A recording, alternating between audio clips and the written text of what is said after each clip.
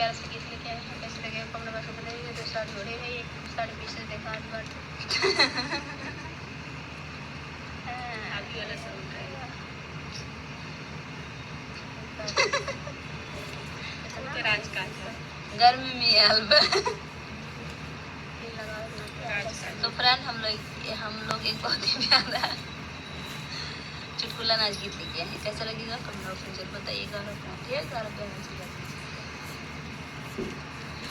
फूलल गुलाब झुराई कैसे,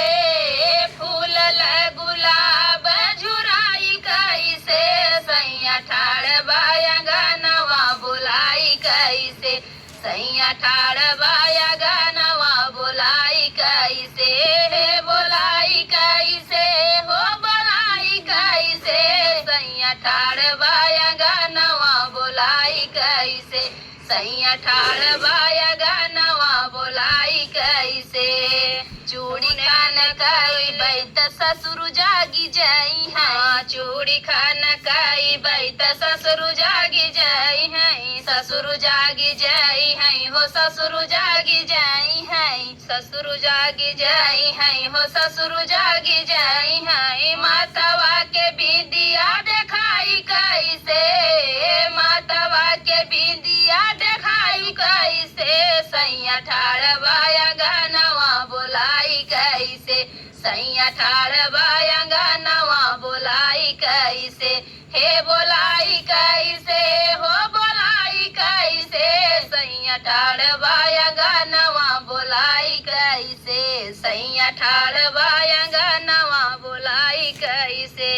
चूड़ी खान काई बैत जेठा जागी जाई है, चूड़ी खान काई बैत जेठा जागी जाई है, जेठा जागी जाई है हो जेठा जागी जाई है, जेठा जागी जाई है हो जेठा जागी जाई है। माथे के बिदियावा देखाई कैसे, माथे के बिदियावा देखाई कैसे, सैया ठाड़ बाया गानवा बोलाई कैसे, सैया ठाड़ बाया गानवा बोलाई कैसे, बोलाई कैसे हो बोलाई कैसे, सैया ठाड़ बाया गानवा बोलाई कैसे, सैया ठाड़ बाया गानवा बोलाई कैसे। फूलल गुलाब झुराई कैसे, फूलल गुलाब झुराई कैसे, सैया ठाड़ बाया गानवा बोलाई कैसे, सैया ठाड़ बाया गानवा बोलाई कैसे,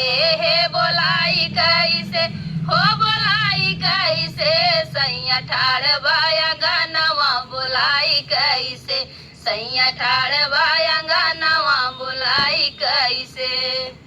तो फ्रेंड ये था चुटकुला नाच गीत, कैसे लगेगा कमेंट बॉक्स में बताना।